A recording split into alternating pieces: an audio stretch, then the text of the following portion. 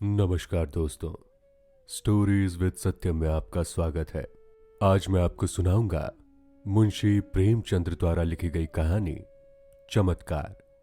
कहानी को सुनने से पहले चैनल को सब्सक्राइब करें ताकि आने वाले वीडियोस आप तक पहुंच सकें। बीए पास करने के बाद चंद्र प्रकाश को एक ट्यूशन करने के सिवा और कुछ ना सूझा। उसकी माता पहले ही मर चुकी थी। इसी साल पिता का भी देहांत हो गया और प्रकाश जीवन के जो मधुर स्वप्न देखा करता था वो सब धूल में मिल गए। पिता ऊंचे ओहदे पर थे। उनकी कोशिश से चंद्र प्रकाश को कोई अच्छी जगह मिलने की पूरी आशा थी, पर वो सब मंसूबे धरे के धरे रह गए। अब गुजर बसर के लिए वही 30 रुपए महीने की ट्यूशन रह गई। पिता ने कुछ संपत्ति भी ना छोड़ी, उल्टे बधू का बोझ और सिर पर लाद दिया। और स्त्री भी मिली तो पढ़ी लिखी, शौकीन, जबान की तेज, जिसे मोटा खाने और मोटा पहनने से मर जाना कबूल था। चंद्र प्रकाश को 30 रुपए की नौकरी करते शर्म तो आई, लेकिन ठाकुर साहब ने रहने का स्थान देकर उसके आंसू पोंछ दिए। ये मकान ठाकुर साहब के मकान से बिल्कुल मिला हुआ था, पक्का, हवादार, साफ सुथरा और जरूरी सामान से लैस। ऐसा मकान 20 रुपए से कम पर ना मिलता। काम केवल 2 घंटे का था। लड़का था तो लगभग उन्हीं की उम्र का, पर बड़ा कुंद जेहन कामचोर। अभी 9वें दर्जे में पढ़ता था। सबसे बड़ी बात यह थी कि ठाकुर और ठाकुराइन दोनों प्रकाश का बहुत आदर करते थे, बल्कि उसे लड़का ही समझते थे। वो नौकर नहीं, घर का आदमी था और घर के हर एक मामले में उसकी सलाह ली जाती थी। ठाकुर साहब अंग्रेजी नहीं जानते थे। उनकी समझ में अंग्रेजीदा लौंडा भी उनसे ज्यादा बुद्धिमान, चतुर और तजुर्बेकार था। संध्या का समय था। प्रकाश ने अपने शिष्य वीरेंद्र को पढ़ाकर छड़ी उठाई तो ठकुराइन ने आकर कहा, अभी ना जाओ, जरा मेरे साथ आओ, तुमसे कुछ सलाह करनी है। प्रकाश ने मन में सोचा, आज कैसी सलाह है? वीरेंद्र के सामने क्यों नहीं कहा? उसे भीतर ले जाकर रमा देवी ने कहा, तुम्हारी क्या सलाह है? वीरू को ब्याह दूं? एक बहुत अच्छे घर से संदेशा आया है। प्रकाश ने मुस्कुरा कर कहा, ये तो वीरू बाबू से ही पूछिए। नहीं, मैं तुमसे पूछती हूं। प्रकाश ने असमंजस में पढ़कर कहा, मैं इस विषय में क्या सलाह दे सकता हूं? उनका 20वां साल तो है, लेकिन यह समझ लीजिए कि पढ़ना हो चुका है। तो अभी ना करूं, यही सलाह है। जैसा आप उचित समझे। मैंने तो दोनों बातें कह दी। तो कर डालूं? मुझे यही डर लगता है कि लड़का कहीं बहक ना जाए। मेरे रहते इसकी तो आप चिंता ना करें। हाँ, इच्छा हो तो कर डालिए, कोई हरज भी नहीं है। सब तैयारियां तुम्हें ही करनी पड़ेगी, ये समझ लो। तो मैं कब इनकार करता हूं? रोटी की खैर मनाने वाले शिक्षित युवकों में एक प्रकाश की दुविधा होती है, जो उन्हें अप्रिय सत्य कहने से रोकती है। प्रकाश में भी यही कमजोरी थी। बात पक्की हो गई और विवाह का सामान होने लगा। ठाकुर साहब उन मनुष्यों में थे जिन्हें अपने ऊपर विश्वास नहीं होता। उनकी निगाह में प्रकाश की डिग्री उनके 60 साल के अनुभव से कहीं मूल्यवान थी। विवाह का सारा आयोजन प्रकाश के हाथों में था। 10-12 हजार रुपए खर्च करने का अधिकार कुछ कम गौरव की बात ना थी। देखते देखते ही फटेहाल युवक जिम्मेदार मैनेजर बन बैठा।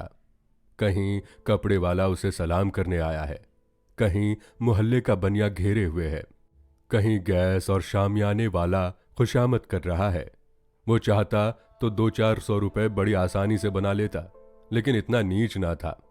फिर उसके साथ क्या दगा करता जिसने सब कुछ उसी पर छोड़ दिया था। पर जिस दिन उसने 5,000 के जेवर खरीदे, उस दिन उसका मन चंचल हो उठा। घर आकर चंपा से बोला, हम तो यहां रोटियों के मोहताज हैं और दुनिया में ऐसे आदमी पड़े हुए हैं जो हजारों लाखों रुपए के जेवर बनवा डालते हैं। ठाकुर साहब ने आज बहू के चढ़ावे के लिए 5,000 के जेवर खरीदे। ऐसी ऐसी चीजें देखकर आंखें ठंडी हो जाए। सच कहता हूं, बाज चीजों पर तो आंख नहीं ठहरती थी। चंपा ईर्ष्या जनित विराग से बोली, हमें क्या करना है? जिन्हें ईश्वर ने दिया है वो पहने, यहां तो रोकर मरने के लिए ही पैदा हुई हूं। चंद्र प्रकाश ने कहा, इन्हीं लोगों की मौज है ना कमाना ना धमाना, बाप दादा छोड़ गए हैं, मजे से खाते और चैन करते हैं। इसीलिए कहता हूं ईश्वर बड़ा अन्यायी है। चंपा ने कहा, अपना पुरुषार्थ है, ईश्वर का क्या दोष? हमारे बाप दादा छोड़ गए होते तो तुम भी मौज करते। यहां तो रोटियां चलाना मुश्किल है, गहने कपड़े को कौन रोए? और ना इस जिंदगी में कोई ऐसी आशा ही है, कोई गत की साड़ी भी नहीं रही कि किसी भले आदमी के घर जाऊं तो पहन लूं।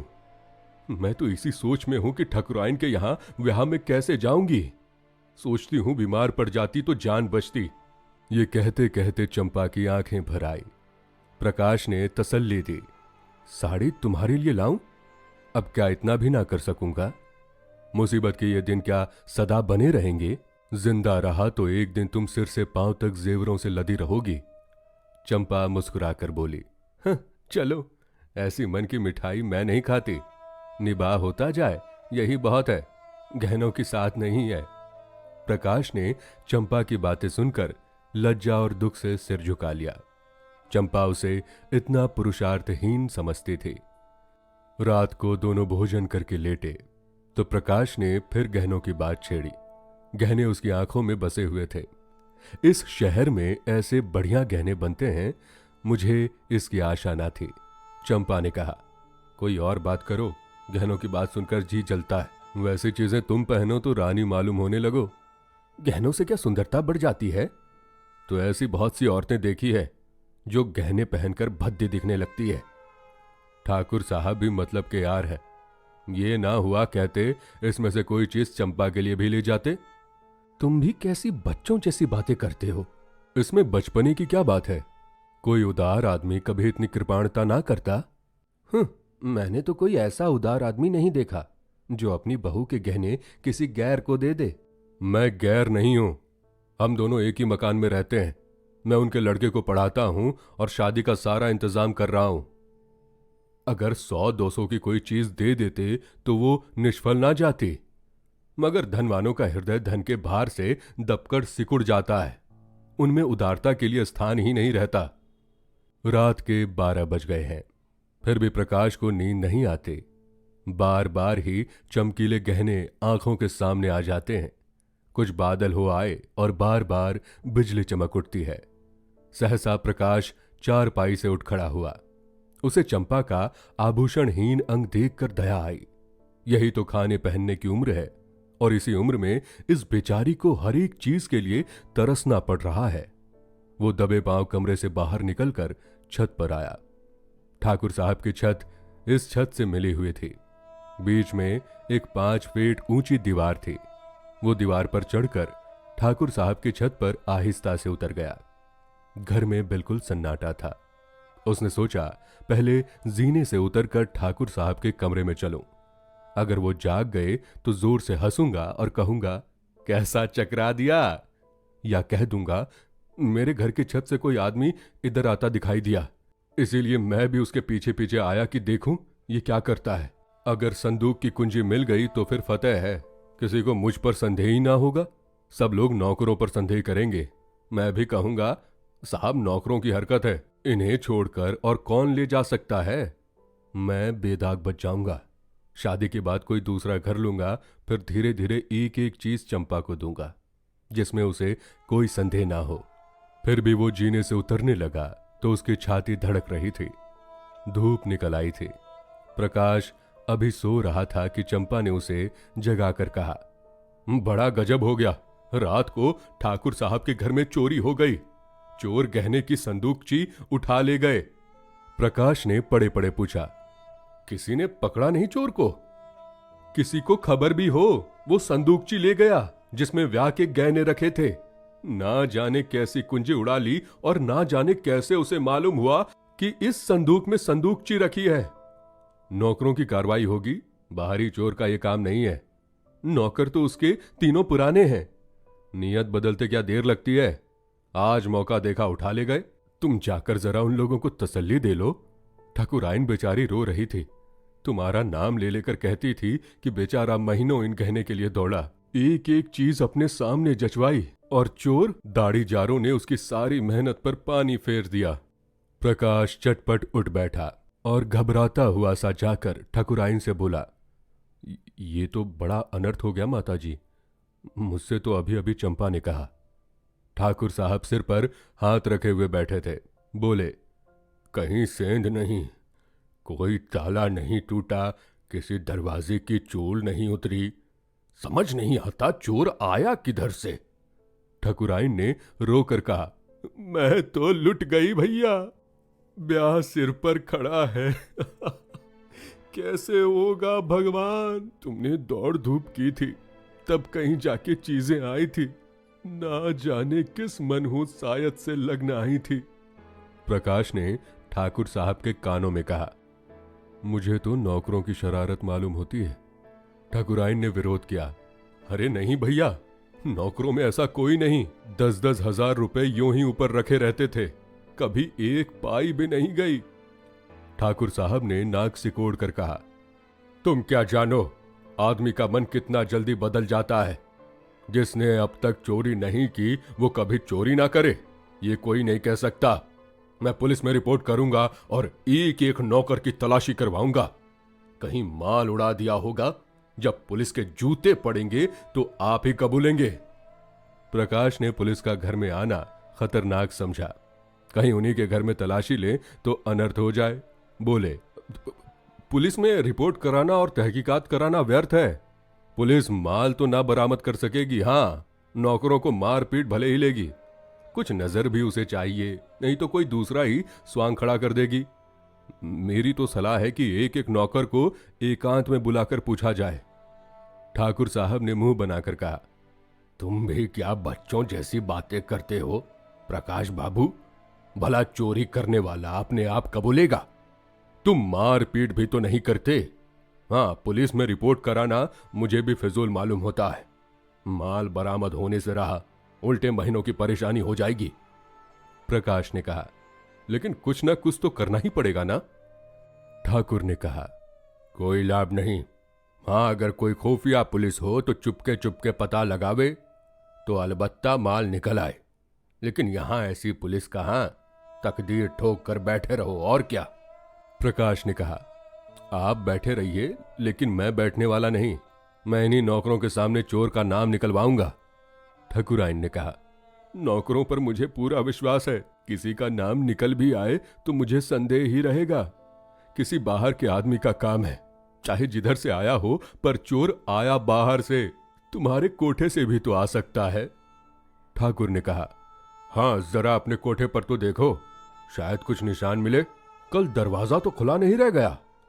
प्रकाश का दिल धड़कने लगा। बोला, मैं तो 10 बजे द्वार बंद कर लेता हूं, हाँ कोई पहले से मौका पाकर कोठे पर चला गया हो और वहां छिपा बैठा रहा हो तो बात दूसरी है।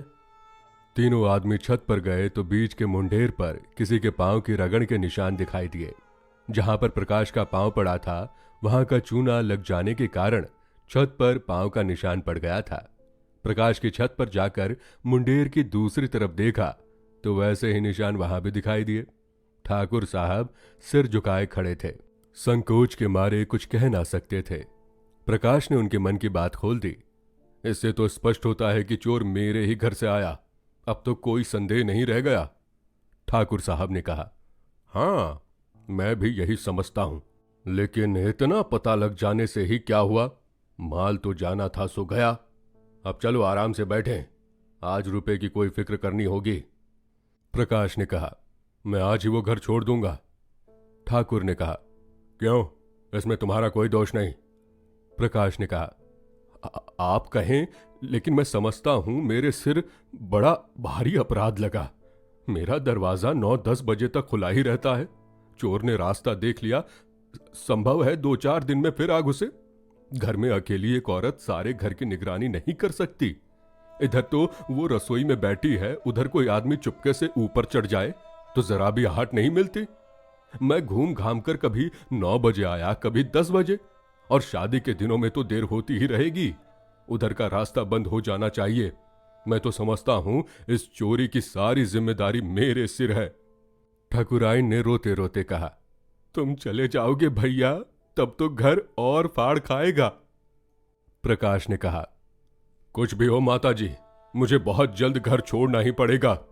मेरी गफलत से चोरी हुई, उसका मुझे प्रायश्चित करना ही पड़ेगा। तो दोस्तों, ये थी आज की कहानी। यदि कहानी और कहानी सुनाने का तरीका आपको पसंद आया हो तो चैनल को सब्सक्राइब कर हमें सपोर्ट करें और बेल आइकन दबाना ना भूलें ताकि आने वाली वीडियोस आप तक पहुंच सकें। धन्यवाद।